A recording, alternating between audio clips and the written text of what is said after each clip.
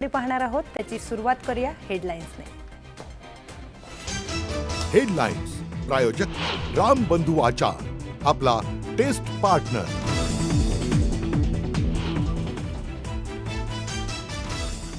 कबूतरखान्याचा मुद्दा राजकीय जाणीवपूर्वक हे वाद घडवले जातात, तर माणसांपेक्षा कबूतर महत्त्वाची आहेत का? कबूतरखान्याच्या आंदोलनावरून राज ठाकरेंकडून सवाल उपस्थित।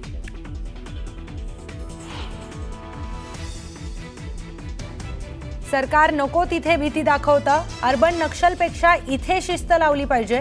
मुख्यमंत्र्यांच्या भेटीनंतर राज ठाकरेंचा जोरदार टोला।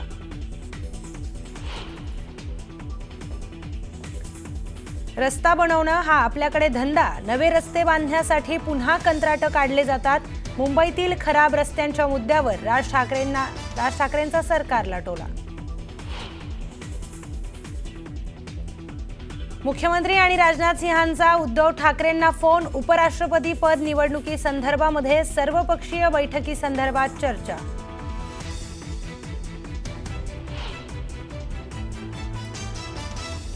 कथित शिखर बँक घोटाळ्याप्रकरणी रोहित पवारांना समन्स। रोहित पवार चौकशीसाठी कोर्टात हजर राहणार असल्याची माहिती।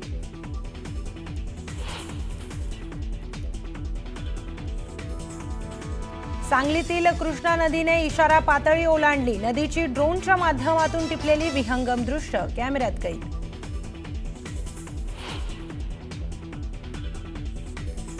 जायकवाडीचे 18 दरवाजे गोदावरी नदीपात्रामध्ये 9432 क्युसेकने विसर्ग, तर नदीकाठच्या गावातील नागरिकांना सतर्कतेचा इशारा।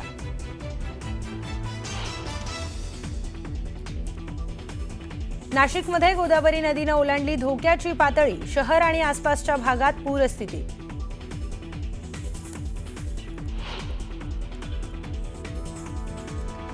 आणि भीमा नदीने इशारा पातळी ओलांडली, तर चंद्रभागा नदीला पूर। पंढरपुरातील 125 कुटुंबांचं स्थलांतर, नागरिकांना सतर्क राहण्याच्या सूचना।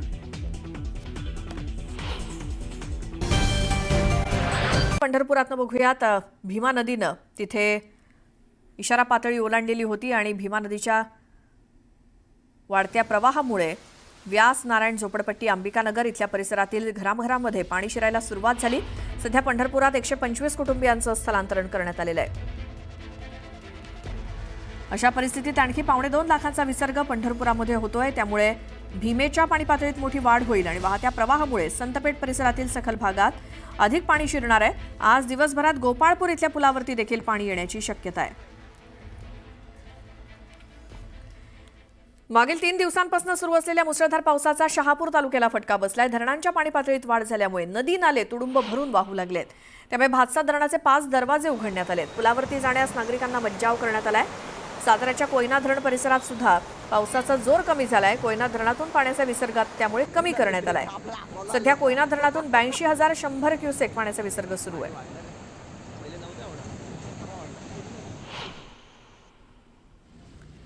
खडकवासला धरण क्षेत्रामध्ये देखील पावसाचा जोर कमी झालेला आहे, त्यामुळे खडकवासला धरणातून पाण्याचा विसर्ग कमी करण्यात आलाय। 32,920 क्युसेक वेगानं पाण्याचा विसर्ग करण्यात येतोय, असा निर्णय प्रशासनानं घेतलाय। तर पिंपरी चिंचवडची तहान भागवणारं पवना धरण 100% भरलंय। तुडुंब भरलेल्या धरणातून पाण्याचा विसर्ग सुरू करण्यात आलाय। या विहंगम दृश्याची सर्वांनाच भुरळ पडतीये।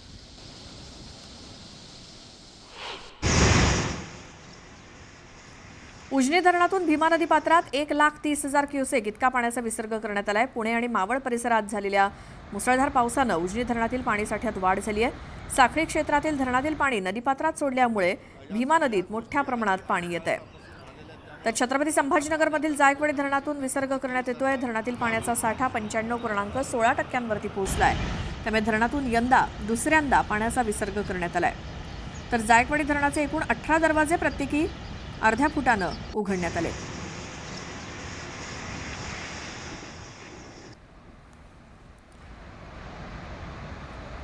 भंडाऱ्याच्या गोसेखुर्द धरणाच्या पाणलोट क्षेत्रात सातत्यानं मुसळधार पावसानं हजेरी लावली होती। धरणाच्या जलसाठ्यात वाढ झाल्यामुळे जलसाठा नियंत्रित ठेवण्यासाठी धरणाचे सर्व 33 दरवाजे अर्धा मीटरनं उघडण्यात आले, परंतु आता पावसाचा वेग मंदावल्यामुळे धरणाचा विसर्ग देखील कमी करण्यात आलाय। रत्नागिरी जिल्ह्यात मुसळधार पावसानं खेडमधील जगबुडी नदीनं धोक्याची पातळी ओलांडलेली होती. अनेक ठिकाणी पूर परिस्थिती निर्माण झाल्यामुळे मोठ्या प्रमाणात नुकसान देखील झालंय. आज पाण्याची पातळी 5.40 मीटर इतकी झाल्यामुळे पुराचा धोका आता पूर्णपणे टळलाय.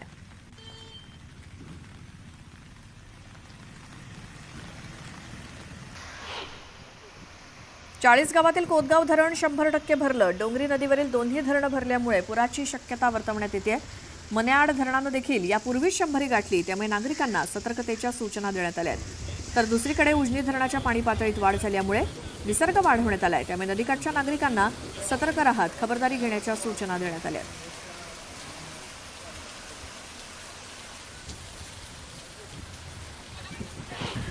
तर विरारमधील जकात नाका म्हाडा परिसरात अद्यापही पावसाचं पाणी साचलेलं आहे.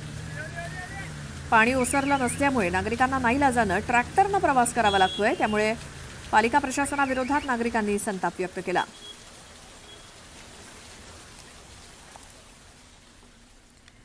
आणि आता या बुलेटिनमध्ये पावसासंदर्भातल्या बातम्या वेगवान स्वरूपात बघूयात.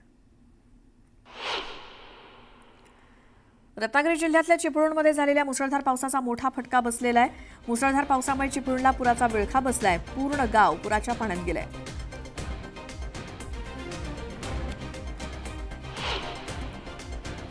चिपळूण तालुक्यातील तिवरे गाव अद्यापही अंधारातच आहे. तिवरे गावातील धनगर वस्तीत जाण्यासाठी रस्ता नसल्यामुळे तिच्या वृद्ध महिलेला जोळीतून रस्ता पार करत आणावं लागलंय, त्यामुळे नागरिकांनी संताप व्यक्त केला.